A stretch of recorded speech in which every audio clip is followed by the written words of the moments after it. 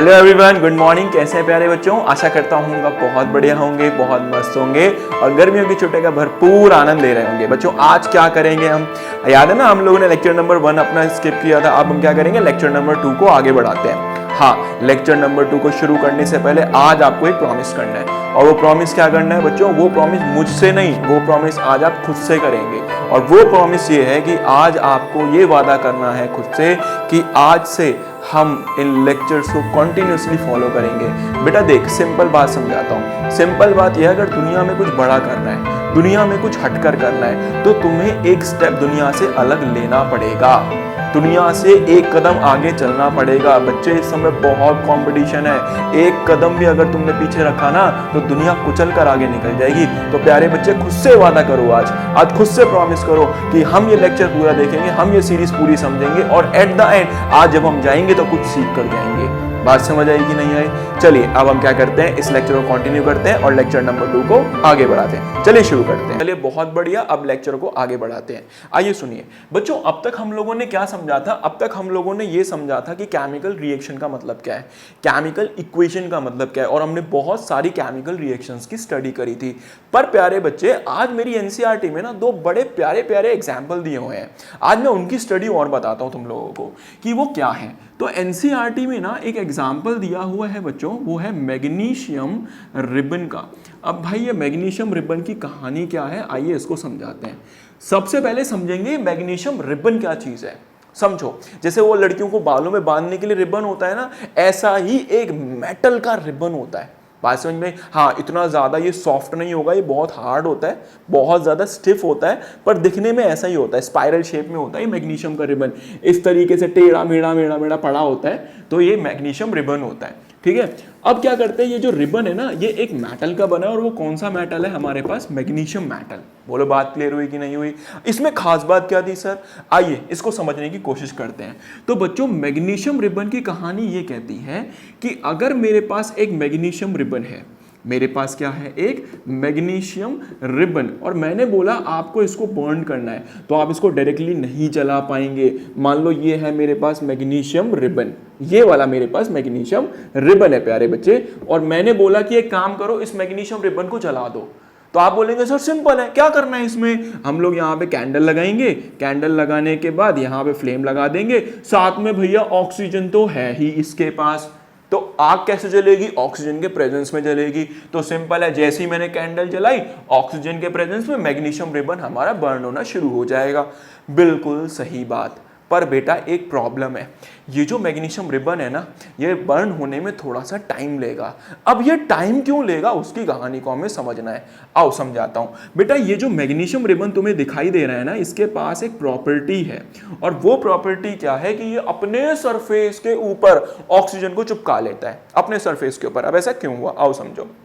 जल्दी बताओ, ऑक्सीजन ठंडी गैस है या गर्म गैस है? तो ऑक्सीजन एक कोल्डर गैस है, ठंडी गैस है, कोल्ड गैस है। बोलो बात समझ में आई? और ठंडी चीज कहाँ आती है? ठंडी चीज नीचे जाती है या ऊपर जाती है?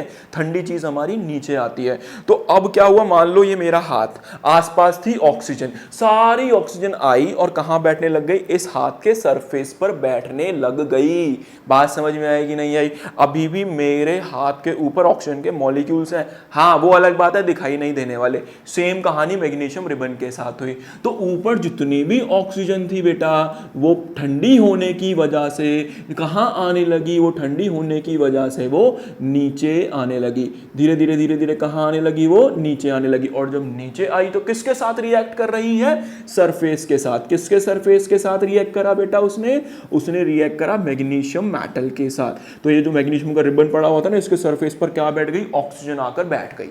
अब क्या हुआ, अब जब मैं इस कैंडल से इस मैग्नीशियम रिबन को जलाऊंगा तो क्या डायरेक्टली मेटल बर्न हो रहा है या पहले ये ऑक्सीजन की लेयर आ रही है? पहले ये ऑक्सीजन की लेयर आ रही है। तो क्या डायरेक्ट कांटेक्ट आ पा रहा है? आंसर है नहीं। तो अब हमें क्या करना पड़ेगा?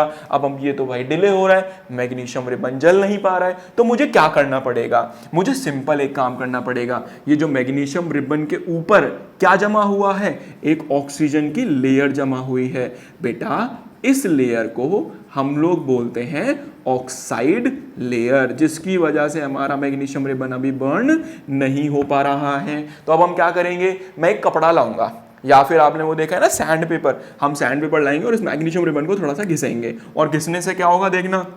तो मैंने क्या लिया, एक सैंड पेपर लिया, थोड़ा सा उसको रब करा, और रब करने से देखो प्यारे बच्चे क्या होगा, ये जो मैग्नीशियम का मेटल है ना, इसके सरफेस पे क्या हट गई, सारी हमारी ऑक्सीजन गायब हो गई। अब मैं क्या करूंगा, अब फटाफट से एक कैंडल लूंगा और कैंडल लगाने के बाद जला दूंगा, एंड जैसे ही इसको जलाऊंगा, अब देखो पहले ऑक्सीजन आ रही थी बीच में, अब ऑक्सीजन नहीं है, और जैसे ही कैंडल लगाऊंगा मैग्नीशियम रिबन फटाफट से बर्न होना चालू हो जाएगा, और जब ये बर्न होगा, जब ये जलेगा, तो इसके अंदर से एक स्पेशल फ्लेम निकलेगी, और वो होगी बच्चे व्हाइट डैजलिंग फ्लेम। हाँ जी, अब आप क्या बोलेंगे भैया ये व्हाइट डैजलिंग फ्लेम क्या है? व्हाइट डैजलिंग फ्लेम का मतलब है, आपने वो देखा फुलझड़ियां जो हम लोग दिवाली में जलाते हैं, उस फुलझड़ी में क्या होता है, आगे ना व्हाइट कलर का फ्यूम निकलता है, अलग ही स्पार्कल्स निकलते हैं, सेम ऐसा ही मैग्नीशियम रिबन बर्न होता है। बात समझ में आई कि नहीं आई? हाँ, फुलझड़ी के अंदर ही मैग्नीशियम रिबन होता है, सही गेस किया आप लोगों ने, बिल्कुल सही बात। तो आओ इसको समराइज करता हूँ। मैग्नीशियम की क्या प्रॉपर्टी है? मैग्नीशियम की प्रॉपर्टी है वो अपने सरफेस पे ऑक्सीजन को बिठा लेता है,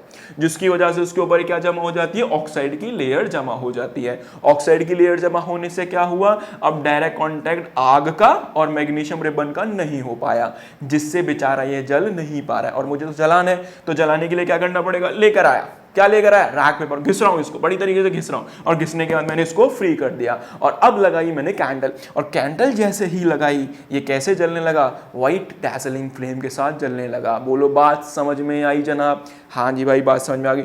सवाल ये है कि भाई रिएक्शन तो समझ आ गई, अब सवाल ये है कि सर मुझे ना इस केमिकल रिएक्शन को लिख कर दिखा दो, जैसे हमने बोला था केमिकल इक्वेशन, तो देखो लिख कर देखते हैं। बताओ, हम लोगों ने क्या लिया, मैग्नीशियम रिबन लिया, किसके साथ बर्न किया बेटा, ऑक्सीजन। अरे ये ऑक्सीजन कहाँ से आई? अरे भैया किसी चीज को जलाने के लिए ऑक्सीजन चाहिए नहीं चाहिए? ऑक्सीजन तो चाहिए, तो मैंने क्या करा, उसको मैग्नीशियम को ऑक्सीजन के साथ जलाया।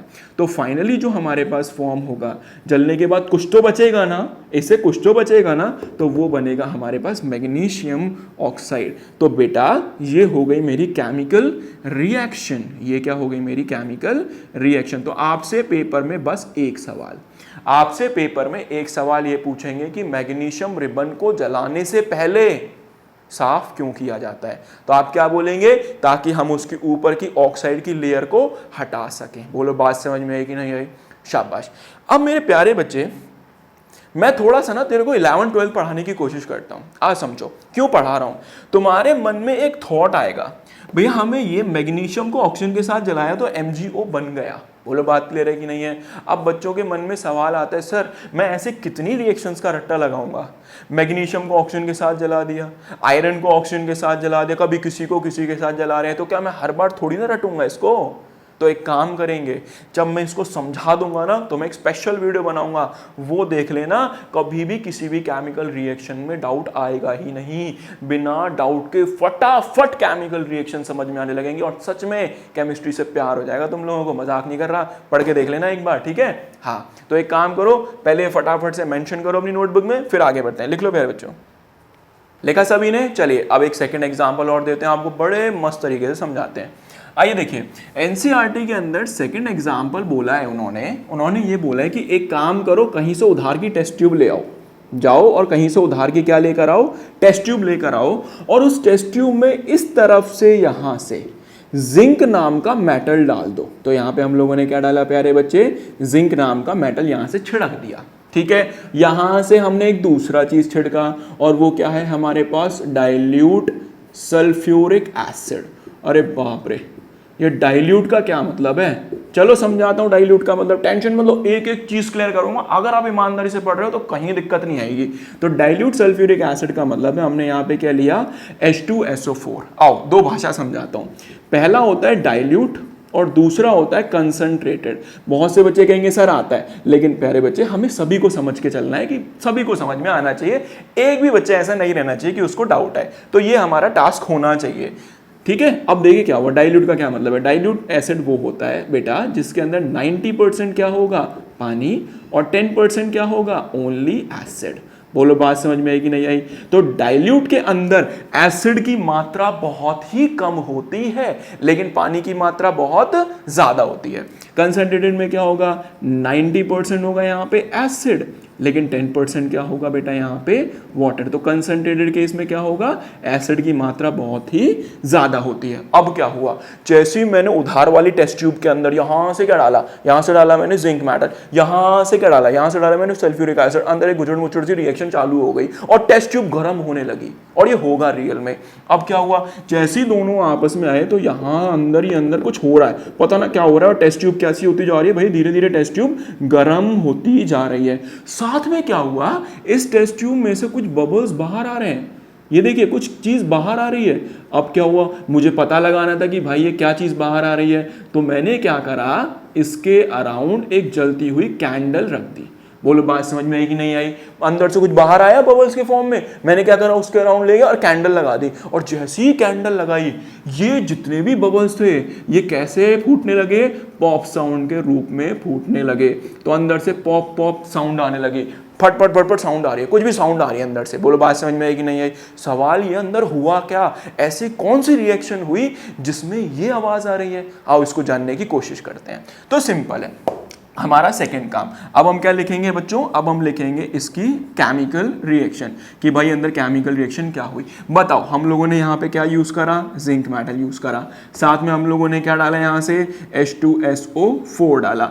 तो जैसे ही हमने दोनों को मिलाया तो बेटा अंदर फॉर्म हुआ ZnSO4 और साथ में बाहर आई हाइड्रोजन गैस। तो प्यारे बच्चे, ये जो एरो लगाया जाता है ना, ये एरो लगाया जाता है फॉर अ गैस। तो ये जो बबल्स आप लोगों को दिखाई दे रहे हैं, ये किस चीज के हैं, हमारे हाइड्रोजन गैस के बबल है। हाँ, अब मेरे को पक्का पता है, अब सबके मन में सवाल फिर से वही आया, सर आपने फिर से ये करा के जादुई प्रोडक्ट क्या बना दिया ZnSO4, हमें तो समझ आ ही नहीं रहा है ना। टेंशन मत लो, इसके जस्ट बाद एक ऐसी वीडियो डालूंगा, कितने भी कंपाउंड मिल जाए खुद 2 मिनट में आंसर निकाल दोगे। बात समझ में आएगी नहीं है, टेंशन बिल्कुल ही लेनी, ईमानदारी से मेहनत करते जाओ, काम मेरा है सिखाना और बाकी सीखना आपका। ठीक है प्यारे बच्चे, सारी चीजें मक्खन क्लियर हो जाएंगी, तो घबराने की बिल्कुल जरूरत नहीं है। कैसे आया कैसे नहीं आया सब समझ में आएगा। तो ये जादुई जो प्रोडक्ट बाहर आ रहा था वो कौन सा था, हाइड्रोजन गैस था।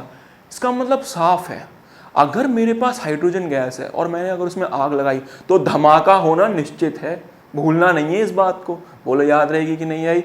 चलो बहुत बढ़िया। तो ये फाइनली हमारी 2 केमिकल रिएक्शंस हमारी एनसीईआरटी में मेंशन थी। ठीक है, आपसे पेपर में पहला सवाल क्या पूछेंगे, पहला सवाल ये पूछेंगे मैग्नीशियम रिबन को क्यों क्लीन किया जाता है, तो आप बोलेंगे ऑक्साइड लेयर को हटाने के लिए। दूसरा सवाल जो बोर्ड आपसे पूछता है वो ये पूछता है कि जब मैंने डाइल्यूट सल्फ्यूरिक एसिड को Zn नाम के मेटल के साथ मिलाया तो कौन सी गैस बाहर आई, तो आप बोलेंगे हाइड्रोजन गैस बाहर आई। आप बोलेंगे उसके लिए टेस्ट कौन सा किया गया, तो आप बोलेंगे मैं बर्निंग कैंडल लेकर गया तो उसने पॉप साउंड प्रोड्यूस कर दी। खत्म हो गई दोनों केमिकल रिएक्शन। बात समझ में कि नहीं आई। इसका जवाब अगली वीडियो में मिलेगा क्योंकि बहुत लेंथी टॉपिक है, टेंशन नहीं लेना। तब आपको क्या काम करना है, ठीक है प्यारे बच्चों, अब आपको बस एक काम करना है, इस वीडियो को पूरी ईमानदारी से देखो, पूरे दिल से मेहनत करो। कसम खा के कहता हूं, अगर दिल से मेहनत करो ना तो दुनिया की कोई ताकत नहीं है जो तुम्हें रोक दे। आज बात समझ में आई कि नहीं आई। तो जाओ ईमानदारी से मेहनत करो और खूब मन लगा के पढ़ो। और बस एक काम करना है बच्चों, आपको ये वीडियो उन बच्चों को सच में शेयर करनी है जिनको सच में इस चीज की बहुत ही ज्यादा जरूरत है। बस एक काम ये करना है आप लोगों को। चलिए अब हम मिलेंगे आप सभी से नेक्स्ट वीडियो में, तब तक आप अपना ध्यान रखना। तब तक के लिए प्यारे बच्चों बाय बाय।